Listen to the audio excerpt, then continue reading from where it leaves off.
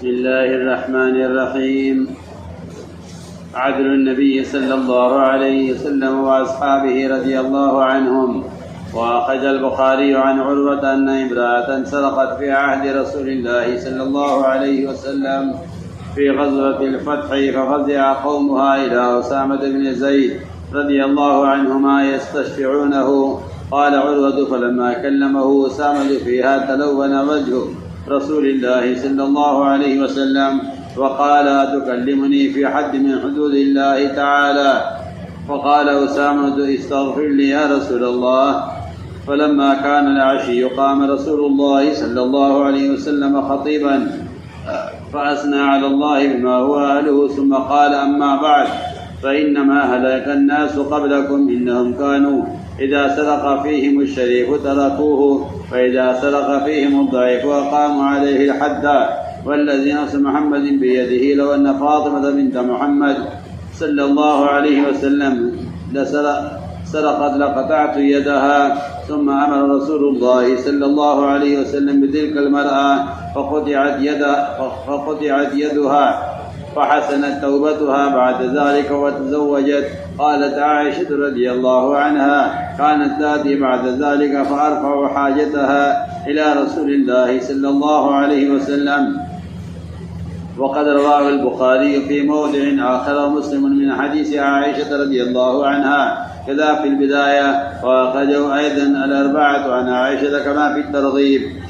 وأخرج البخاري عن أبي قتادة رضي الله عنه قال: خرجنا مع رسول الله صلى الله عليه وسلم عام حنين، فلما التقينا كانت المشركين جولة، فرأيت رجل المشركين قد علا رجلا من المسلمين،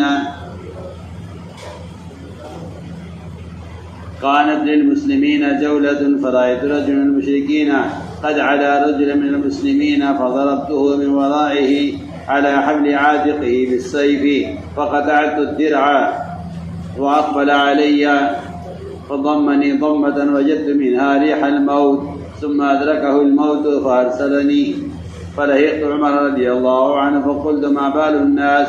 قال: أمر الله. ثم إن الناس رجعوا وجلس رسول الله صلى الله عليه وسلم فقال: من قتل قتيلا له عليه بينة فله سلبه. فقمت فقلت: من يشهد لي؟ ثم جلست فقال رسول الله صلى الله عليه وسلم مثله، فقلت: من يشهد لي؟ ثم جلست فقال رسول الله صلى الله عليه وسلم مثله، فقلت: من يشهد لي؟ ثم جلست ثم قال رسول الله صلى الله عليه وسلم مثله، فقمت فقال: ما لك يا أبا قتادة؟ فأخبرته فقال: رجل صدق فسلبه عندي فارضه عني. فقال أبو بكر رضي الله عنه: لا الله، إذا لا يعمد إلى أسد من أسد الله يقاتل عن الله ورسوله صلى الله عليه وسلم فيعطيك سلبه. فقال النبي صلى الله عليه وسلم: صدق، فأعطه فأعطانيه، فابتعت به مخرفا في بني سلمة، فإنه لأول مال تعسلته في الإسلام. وأخرجه أيضا مسلم وأبو داود والترمذي وابن ماجه والبيهقي.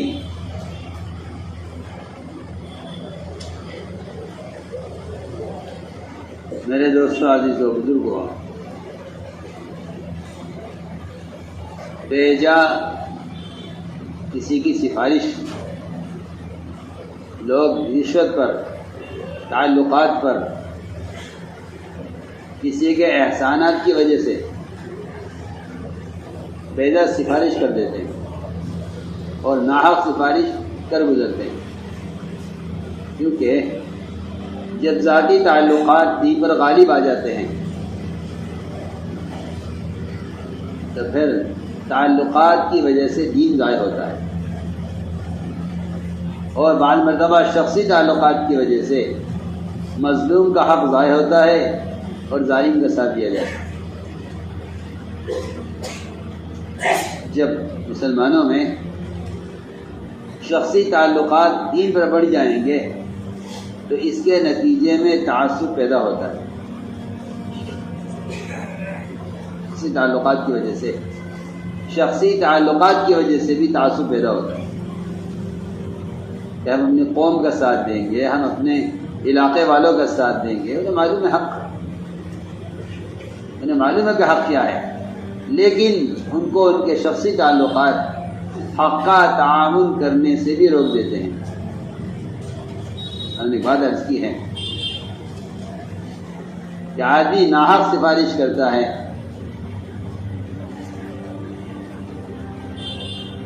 شخصی تعلقات کی وجہ سے، حالانکہ لوگ اسے معمولی چیز سمجھتے ہیں اور یہ پچھلی قوموں کی ہلاکت کا سبب ہے،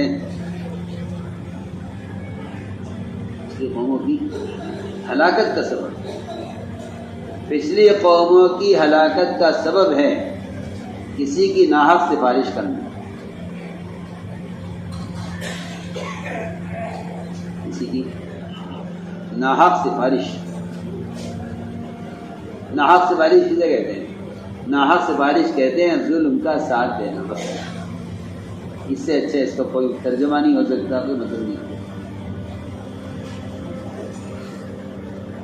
جب کوئی کسی کے پاس سفارش لے کر آتا ہے، پہلے دیکھنا چاہیے سفارش کرنے والے کو کہ اس میں کسی کا حق تو نہیں مارا جاتا، اگر حق مارا جاتا ہے تو پھر یہ پچھلی قوموں کی ہلاکت کا سبب ہے۔ اس لیے یاد رکھو کہ عادل سے دین قائم ہوتا ہے، عادل سے دین قائم ہوتا ہے۔ آپ صلی اللہ علیہ وسلم دین کو قائم کرنے کے لیے تشریف لائے ہیں، اس لیے آپ نے فرمایا انک عادل ہو نہیں عادل، اگر میں نے انصاف کروں تو وہ انصاف کرے گا۔ آپ نے مال تقسیم کیا، جس کو جتنا چاہا دینا تھا دیا، ایک آدمی نے کہہ دیا کہ اس مال کی تقسیم میں انصاف سے کام نہیں لیا گیا، کہنے والا منافق تھا۔ حضرت عمر رضی اللہ عنہ نے عرض کیا اجازت دیے کسی گلے اڑا دوں، فرمایا نہیں ہوگا، جانے دو۔ آپ نے فرمایا اگر میں انصاف نہیں کروں گا تو وہ انصاف کرے گا، انما عدل فمن یعدل۔ چنانچہ آپ صلی اللہ علیہ وسلم عدل میں اتنا آگے تھے کہ اگر کبھی بے خیالی میں صفوں کو درست کرتے ہوئے قتال کی صف کو ترتیب دینے میں اگر کسی کو لکڑی کے اشارے سے پیچھے کیا ہے اور اسے ایک مدت کے بعد یاد آیا، ایک مدت کے بعد اس کو یاد آیا کہ ہاں مجھے لکڑی میرے جسم کو لگی تھی، تو اس نے حضور اکرم صلی اللہ علیہ وسلم کے کہنے پر یاد دلایا کہ آپ نے مجھے لکڑی ماری تھی، میں بدل وہاں بدل ہے۔ لیکن جو عادل ہوگا وہ وہی نہیں ہے جو ظالم سے لے کر مظلوم کو دے دے، نہیں، بلکہ عادل وہ ہے جو اپنی ذات کے بارے میں بھی بدلہ دینے کو تیار ہو۔ بدلہ لے لو۔ چنانچہ صحابہ سب حیران تھے کہ اس آدمی کو کیا ہو گیا ہے کہ یہ محمد صلی اللہ علیہ وسلم سے انتقام لے رہا ہے۔ آپ نے فرمایا بدلہ لے لو، لو ایک کوڑا ہاتھ میں۔ نے کہا جی نہیں، آپ نے تو کپڑے پہنے ہوئے ہیں، آپ نے کپڑا پہنا ہوا ہے، کپڑے کے اوپر سے کیا چوٹ لگے گی؟ میں نے تو کپڑا اتارا ہوا تھا جب آپ نے مجھے مارا تھا۔ آپ نے فوراً کو تو اتار دیا، یہ جو بتا رہا ہے۔ وہ آئے اور آپ کی مہر نبوت کو بوسہ لیا اور یہ کہا یا رسول اللہ، میری تو مدت سے تمنا تھی کہ مہر نبوت کو میں بوسہ دوں، کوئی بہانہ سمجھ نہیں آتا تھا کیا کروں، آج یہ موقع لگا ہے۔ اگر میں یوں کہتا کہ آپ مجھے موقع دیجیے مہر نبوت کے بوسے کا تو شاید آپ موقع نہ دیتے۔ آپ نے فرمایا کہ اگر میں انصاف نہیں کروں گا تو کوئی انصاف کرے گا۔ دوسری بات یہ ہے، اللہ اکبر، ایک سنت ہے آپ کی کہ آپ نے حق کو قائم کرنے کے لیے قریب والوں کو پیسا ہے، اور لوگ یہ سمجھتے ہیں کہ قریب والوں پر عنایت ہوگی، قریب والوں کی عنایت پر عنایت ہوگی اور دور والوں کو پیچھے جائے گا. یہ خیال غلط ہے. یہ سیاسی مزاج ہے. یہ سیاسی مزاج ہے. اپنی پارٹی کے آدمیوں کو نوازو اور دور والوں کو محروم کرو. یہ سیاسی مزاج ہے. نبوت کا مزاج یہ ہے کہ قریب والوں کو محروم کرو اور دور والوں کو ستانے والوں کو نوازو. یہ نبوت کا مزاج ہے. اس زمانے میں ساری دنیا کے مسلمانوں کی سوچ الٹی ہے. سارے فسادات کا اور حق کی صفوں میں دڑے پڑنے کا سبب یہ ہے کہ نبوت کی ترتیب ہم نے الٹی ہوئی. ہم اپنوں کے ساتھ احسان کرتے ہیں, دور والوں پر زیادتی کرتے ہیں. اپنوں کو معاف کرتے ہیں, دور والوں سے انتقام لیتے ہیں. حالانکہ معاملہ الٹا تھا. آپ دیکھیے نا, حنین کا سارا غنائم تقسیم کیا آپ نے ستانے والوں میں, آپ کو مکے سے نکالنے والوں میں. وہ ضدی مشرکین جنہوں نے آپ کو نکلنے پر مجبور کیا مکہ مکرمہ سے, آپ نے سارا مال ان پر تقسیم کیا. کیا خیر کر رہے, سارا مال ان پر تقسیم. انصار کو کچھ نہیں, ایک چونی بھی انصار کو نہیں دی, اور ایک ایک مشرک کو 100 اونٹ دیے. آپ بتائیے, جو آدمی کہتا ہے میں انصاف کروں تو کون انصاف کرے گا؟ آپ بتائیے, انصاف ہے ظلم ہے؟ آج کوئی ہو تو کہے گا دیکھو ظلم ہے. ہم نے جان کھپائی, ہم نے نصرت کی, ہم نے ٹھکانہ دیا آپ کو, ہم آپ کو مکے سے نکال کر لائے, ہم نے آپ کا ساتھ دیا, سارے عرب سے دشمنی بول لی, آپ کی نصرت کی, اور اب پتہ ہو رہی ہے مال آ رہا ہے تو دوسروں کو دے رہے ہیں. سوچ کیجیے کہ یہ کیا ہے, ظلم ہے. لیکن آپ سوچیے کہ کیا آپ ظلم کر سکتے ہیں؟ آپ نے انصاف کیا. تو یہ میں نے عرض کیا کہ یہ الٹی سوچ ہے اس زمانے کے لوگوں کی, الٹی سوچ ہے اس زمانے کے لوگوں کی کہ اپنوں کو نوازو اور غیروں کو محروم کرو. قریب والوں پر عنایت ہو اور دور والوں پر زیادتی ہو. یہ کیسے ہو سکتا ہے؟ سنو حضور اکرم صلی اللہ علیہ وسلم کا انصاف. عروہ کہتے ہیں کہ ایک عورت سے چوری ہو گئی, زیور چرا لیا یا کوئی چیز چرا لی.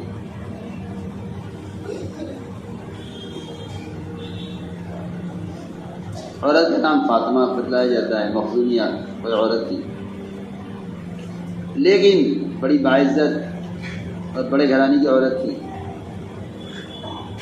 اس سے چوری ہو گئی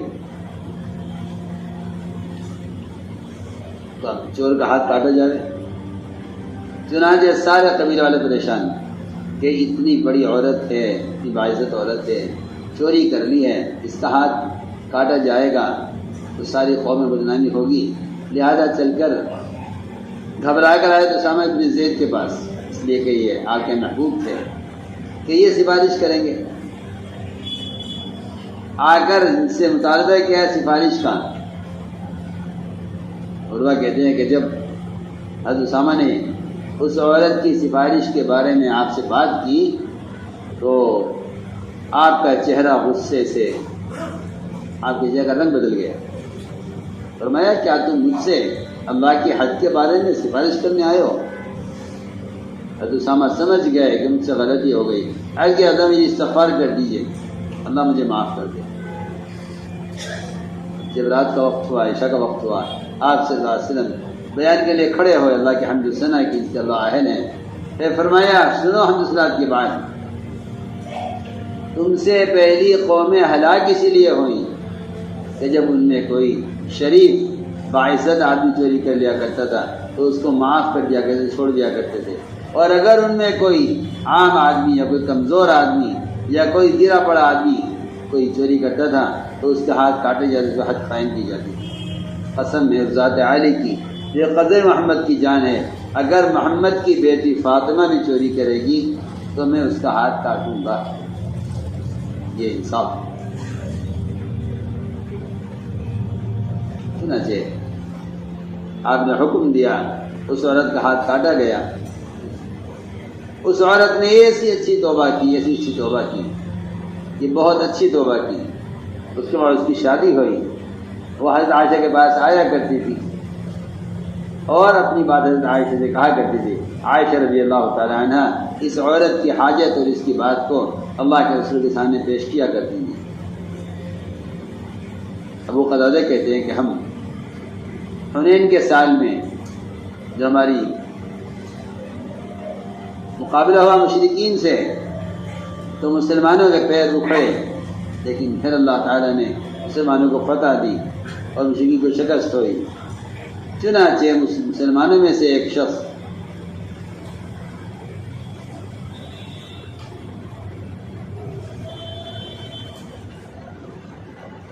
فرماتے کہ میں نے دیکھا کہ مشرکین میں سے ایک شخص ایک مسلمان کے اوپر چڑھا ہوا ہے اس کو قتل کرنے کے لیے۔ میں نے پیچھے سے اس مشرک پر وار کیا اپنی تلوار سے، یہاں تک کہ میں نے تلوار سے اس کی زرہ کاٹ دی۔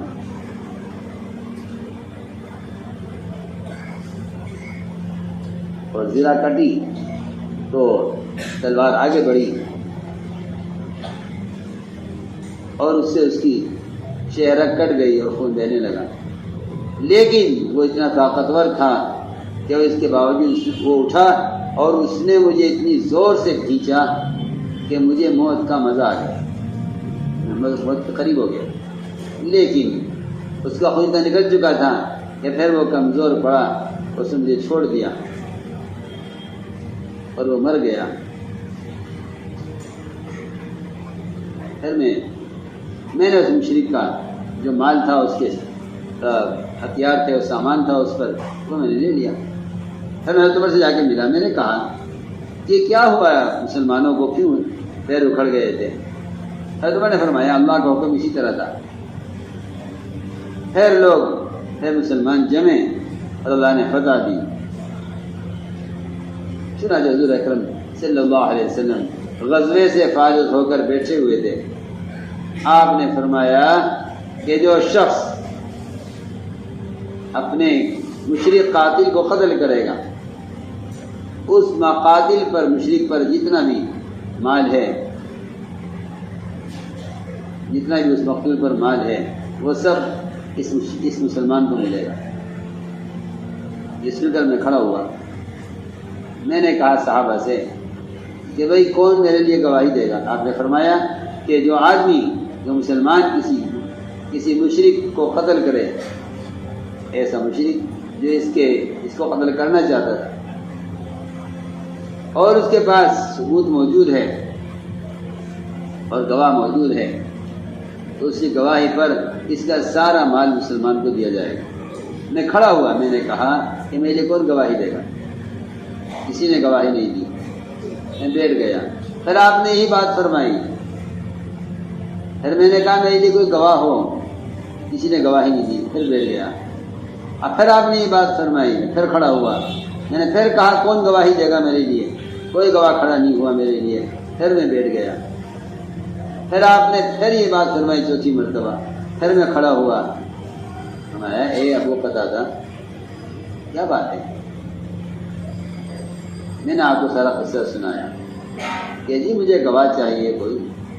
چنانچہ ایک آدمی نے کہا کہ ہاں ابو قتادہ سچ کہہ رہے ہیں، اور ان کا جو مال، ان کا حق ہے وہ میرے پاس ہے، میرے پاس ہے، آپ ان کو راضی کر لیجئے کہ وہ مال مجھے دے دیں۔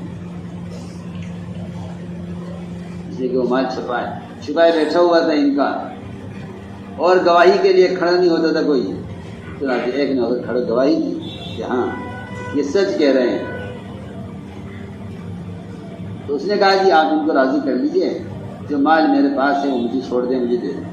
حضرت بکر نے فرمایا نہیں، خدا کی قسم، ایسا ہرگز نہیں ہو سکتا کہ اللہ کے شیروں میں سے ایک شیر اللہ کے راستے میں قتال کرے اور پھر جو مال اس کو ملا ہے غنیمت کا یا سلب کا، وہ کسی اور کو دے دیا جائے۔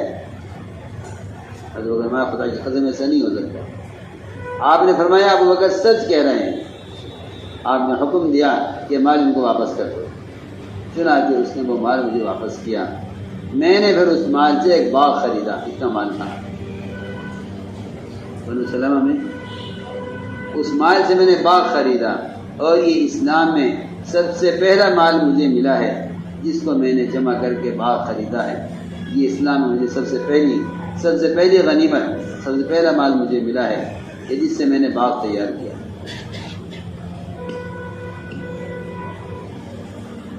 اللهم صل على سيدنا مولانا محمد وعلى آل سيدنا مولانا محمد كما صليت على إبراهيم وعلى آل إبراهيم إنك حميد مجيد. ربنا ظلمنا أنفسنا وإن لم تغفر لنا وترحمنا لنكونن من الخاسرين. اللهم إنا نستغفرك ونتوب إليك، اللهم إنا نستغفرك ونتوب إليك، اللهم إنا نستغفرك ونتوب إليك. ربنا آتنا في الدنيا حسنة وفي الآخرة حسنة وقنا عذاب النار. سبحان ربك رب العزة عما يصفون وسلام على المرسلين والحمد لله.